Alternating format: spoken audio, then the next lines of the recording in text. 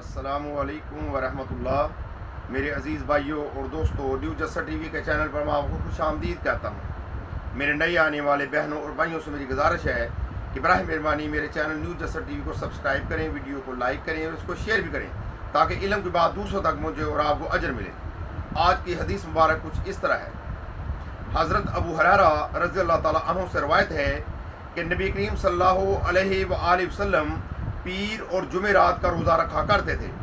آپ صلی اللہ علیہ وآلہ وسلم سے عرض کیا گیا، اللہ کے رسول صلی اللہ علیہ وسلم، آپ پیر اور جمعرات کا روزہ رکھتے ہیں؟ تو آپ صلی اللہ علیہ وسلم نے فرمایا، بے شک پیر اور جمعرات کے روز اللہ باہم قطع تعلق کرنے والے دو آدمیوں کے سوا ہر مسلمان کو بخش دیتا ہے، اور وہ فرماتا ہے ان دونوں کو چھوڑ دو حتیٰ کہ وہ دونوں صلح کر لیں۔ میرے عزیز بھائیوں اور دوستوں اور بہنوں، یہ حدیث مبارک جو ہے اس کا جو درجہ ہے وہ صحیح کا ہے، اور یہ روایت احمد اور ابن ماجہ کی ہے۔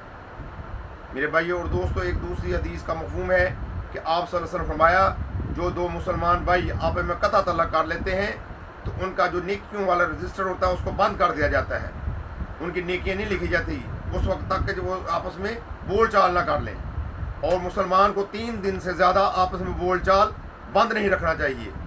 اگر 3 دن سے زیادہ رکھے گا تو اس کا جو نام و اعمال کا دفتر ہے وہ بند کر دیا جائے گا۔